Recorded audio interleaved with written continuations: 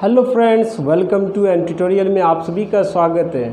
हम लोग linear equation in two variable का चैप्टर 3 का थ्योरी को समझने जा रहे हैं। तो इससे पहले मैं ये बताना चाहूँगा कि मेरे प्यारे बच्चों, इससे पहले हम पार्ट 1 में लीनियर इक्वेशन इनटू वेरिएबल के कुछ चीज़ बता चुके थे। तो सबसे पहले आज हम लोग शुरू करते हैं कि लीनियर इक्वेशन इनटू वेरिएबल में लीनियर इक्वेशन इनटू वेरिएबल का ग्राफ कैसा होता है, तो इसके बारे में जानना नहीं भूलें। चलिए शुरू करते हैं। तो लीनियर इक्वेशन इनटू वेरिएबल जो है, तो हमारा वेरिएबल दो है, a1x b1y c1। तो हमारा पेयर ऑफ लीनियर इक्वेशन पे हम लोग काम करने जा रहे हैं। तो लीनियर इक्वेशन इनटू वेरिएबल जो है, तो इसका ग्राफ कैसा होता है। तो ग्राफ आपका स्ट्रेट लाइन ग्राफ देते हैं। तो जब भी हम लोग ग्राफ खींचेंगे तो ग्राफिकल मेथड से भी इसका सॉल्यूशन किया जाएगा, तो उस वक्त समझाया जाएगा अच्छी तरीके से। लेकिन तो हमारा ग्राफ क्या होगा, स्ट्रेट लाइन। लेकिन हमारा दो इक्वेशन है, इक्वेशन 1 एंड इक्वेशन 2।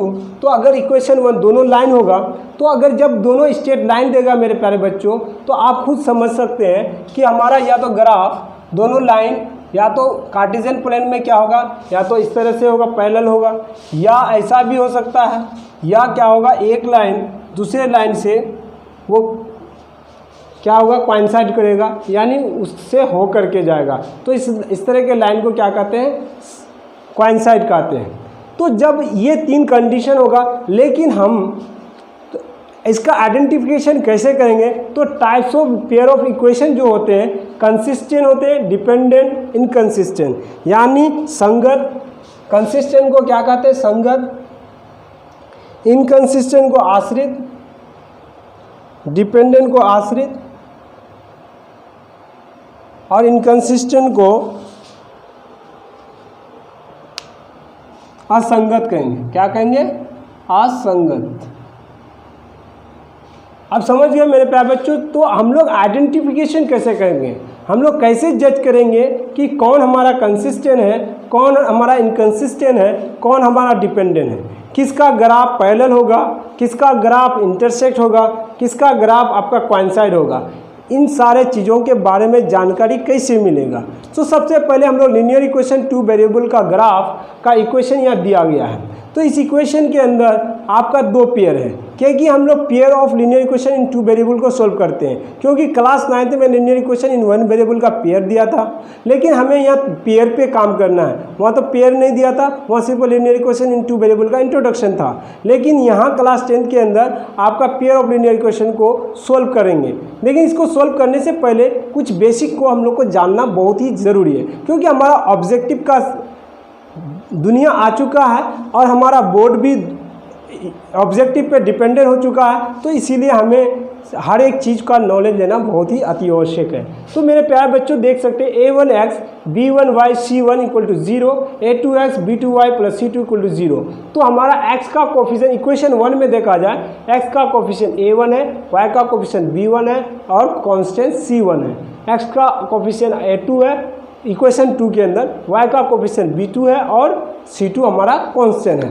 तो अगर इन्हीं कांस्टेंट का अगर रेशियो निकाला जाए, अगर इसका रेशियो बराबर हो जाए, यानी a1/a2 इक्वल टू b1/b2 होगा, तो ये कैसा होगा, तो हमारा ये क्या होगा, कंसिस्टेंट होगा। क्या होगा, कंसिस्टेंट। जब कंसिस्टेंट होगा तो इसका ग्राफ कैसा होगा, तो हमारा कंसिस्टेंट अगर होगा तो इसका सॉल्यूशन होगा मेरे प्यारे बच्चों, यूनिक सॉल्यूशन होगा। यानी एक कटेगा तो हमारा एक ही ऑर्डर पेयर देगा ना कार्टेशियन प्लेन के अंदर। कार्टेशियन प्लेन में तो ऐसा ही होता है कि हमारा ये जो पॉइंट देगा तो x और y का ही रूप में एक ऑर्डर पेयर तैयार होगा, जो x का एलिमेंट होगा, एक y का एलिमेंट होगा। तो जो ये दोनों इक्वेशन को सेटिस्फाइड करेगा, क्योंकि हमारा simultaneous linear equation two variable है। तो हमारा कंसिस्टेंट है, कंसिस्टेंट होगा तो a1/a2 इक्वल टू b1/b2 होगा। तो हमारा सॉल्यूशन कैसा होगा, यूनिक सॉल्यूशन होगा। क्या होगा मेरे प्यारे बच्चों, यूनिक सॉल्यूशन होगा। जब यूनिक सॉल्यूशन होगा तो इसका ग्राफ कैसा होगा, तो हमें ग्राफ समझना है। तो इसका ग्राफ आपका इंटरसेक्ट करेगा इच अदर। तो दोनों इक्वेशन का ग्राफ, इक्वेशन 1 का ग्राफ है ये इक्वेशन 2 का ग्राफ है। तो दोनों कार्टेशियन प्लेन के अंदर कटता हुआ दिखेगा। जब a1/a2 इक्वल नोट b1/b2 होगा तब। ठीक है। आप अब उसके बाद a1/a2 इक्वल टू b1/b2 हो इक्वल नॉट c1/c2 हो तो ये होगा इनकंसिस्टेंट। जब हमारा इनकंसिस्टेंट होगा तो इसमें होगा नो सॉल्यूशन, कोई हल नहीं, नो सॉल्यूशन। अब इसका ग्राफ कैसा होगा? अगर हमारा ये कार्टेशियन प्लेन है, अगर ये एक्स एक्सिस है, ये वाई एक्सिस है, तो हमारा कोऑर्डिनेट ज्योमेट्री में हम लोग पढ़े थे क्लास 9 के अंदर, आप देखे होंगे कि एक वाई एक्सिस होता है, एक एक्स एक्सिस होता है, तो उसका ऑर्डर पे अगर हमारा दोनों इक्वेशन का जब ग्राफ ड्रॉ किए तो इक्वेशन 1 का ग्राफ इस तरह से देगा, इक्वेशन 2 का, क्योंकि हमारा linear equation 2 variable straight line graph देगा, तो अगर ये दोनों मीट नहीं करेगा तो क्या इसका एक्स और वाई का पॉइंट, इसका एक्स वाई का पॉइंट एक दूसरे को क्या सेटिस्फाइड करेगा? नहीं कर सकता।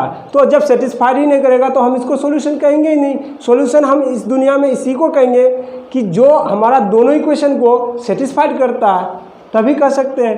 तो आप समझ में आ गया कि इसका ग्राफ कैसा होगा? पैरेलल होगा। इसका ग्राफ पैरेलल होगा और इसका ग्राफ इंटरसेक्ट करेगा, इंटरसेक्ट इच अदर। अब इसका ग्राफ a1/a2 हो, b1/b2 हो इक्वल टू c1/c2 हो तो इसका ग्राफ कैसा होगा मेरे प्यारे बच्चों?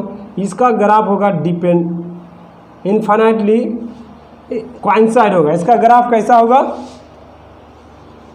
इसका सॉल्यूशन की बात किया जाए पहले, सॉल्यूशन कैसा होगा? सॉल्यूशन होगा इनफाइनाइटली मेनी सॉल्यूशन, बहुत ज़्यादा पॉइंट देगा, इनफाइनाइटली मेनी सॉल्यूशन, बहुत सारे हल होंगे। लेकिन इनका ग्राफ कैसा होगा इसे जानना हमें बहुत ज़रूरी है। तो इसका ग्राफ क्या करेगा? इक्वेशन 1 का ग्राफ है ये, उसके बाद दूसरा ग्राफ इसी में, अब ब्लू से आप देख सकते हैं, तो अगर इसका भी ग्राफ इसी लाइन पे क्या करता हुआ, गुजरता हुआ यानी पास करता हुआ पता चल रहा है, तो इसका मतलब ये क्या है? इसका हर एक पॉइंट अगर ऑर्डर पेयर तैयार करोगे तो इसका ऑर्डर पेयर बहुत सारा निकलने वाला है। तो हर एक पॉइंट दोनों लाइन कोइंसाइड कर रहा है, तो इसका मतलब है कि दोनों इक्वेशन को ये एक्स वाई का ऑर्डर पेयर जो है वो सेटिस्फाइड करेगा। इससे ये मतलब हुआ है कि इसका सॉल्यूशन बहुत सारा है, बहुत ज़्यादा है। तो हम लोग इस तरह से सॉल्यूशन को हम लोग पता कर सकते हैं कि अगर a1/a2 इक्वल नॉट b1/b2 होगा तो उसका ग्राफ क्या होगा? कंसिस्टेंट होगा, यूनिक सॉल्यूशन होगा, एक ही हल देगा और इंटरसेक्ट करेगा। उसके बाद अगर a1/a2 equal to b1/b2 equal not c1/c2 हो, इनकंसिस्टेंट होगा, नो सॉल्यूशन होगा, उसका ग्राफ क्या होगा? पैरेलल लाइन होगा। अगर a1/a2 equal to b1/b2 equal to c1/c2 होगा तो इसका ग्राफ कैसा होगा? Infinitely many solution. मेरे प्यारे बच्चों, इस कंसेप्ट को बहुत ही अच्छी तरीके से आपके ब्रेन में एब्जॉर्ब कर लेना, ताकि आपका कुछ ऐसे क्वेश्चन लास्ट वाले चैप्टर में आपको दिखने को मिलेगा एनसीईआरटी का बुक में। लेकिन इसीलिए आप सबसे पहले थ्योरेटिकली पार्ट को, मैथमेटिक्स को पढ़ें और समझने की कोशिश करें। इससे आपका ब्रेन 100% है कि क्रिएटिव होगा, इसमें कोई शक नहीं है। आप रोट लर्निंग के पीछे मत जाइए, आप अपने पे कमांड रखिए, आपका हर बेड़ा पार लगेगा मेरे प्यारे बच्चों। उसके बाद हम लोग methods of solution of linear equation in two variable, इन सारे चीज़ को समझने के बाद अब हम लोग पेयर ऑफ लीनियर इक्वेशन को यानी दो चर वाले रैखिक समीकरण के युग्म को यानी जोड़े को सॉल्यूशन करने के तरीके को देखते हैं। तो सबसे पहले मेथड्स ऑफ सॉल्यूशन, इनका solution linear equation two variable जो था हमारे पास a1x b1y plus c1 equal to 0, a2x b2y plus c2 equal to 0, ये दोनों इक्वेशन जो था लीनियर इक्वेशन, इनको कैसे सोल्व करना है? तो इनके सोल्व करने के 4 तरीके हैं।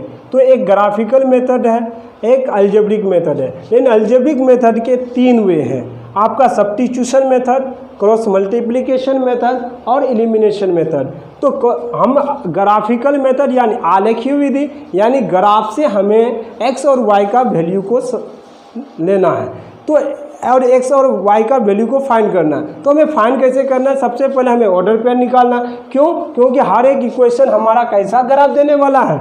Linear equation in two variable का ग्राफ देने वाला है, यानी स्ट्रेट लाइन का ग्राफ देने वाला है। ये दोनों इक्वेशन हमारा स्ट्रेट लाइन का ग्राफ हमें देगा, ठीक है। तो जब हमारा देगा तो जहाँ इंटरसेक्ट करेगा तो हमारा पॉइंट निकलता चले जाएगा।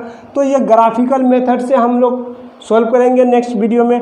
उसके बाद सब्स्टिट्यूशन मेथड यानी प्रतिस्थापन विधि, इसको यूज़ करेंगे। उसके बाद क्रॉस मल्टीप्लिकेशन मेथड जिसको हम वज्र गुणनखंड विधि यानी एलिमिनेशन मेथड, उसके बाद विलोपन विधि। इन सारे 1 बाय 1 करके हमें आपके सामने में हर एक वीडियो का कंसेप्ट को ला करके आपके सामने में रख देंगे मेरे प्यारे बच्चों। और मुझे उम्मीद है कि हर एक प्रॉब्लम को आप आसानी से बनाएंगे और जो भी इम्पोर्टेंट क्वेश्चन है उन सारे क्वेश्चन को हम लोग क्या करेंगे, सॉल्व भी करेंगे।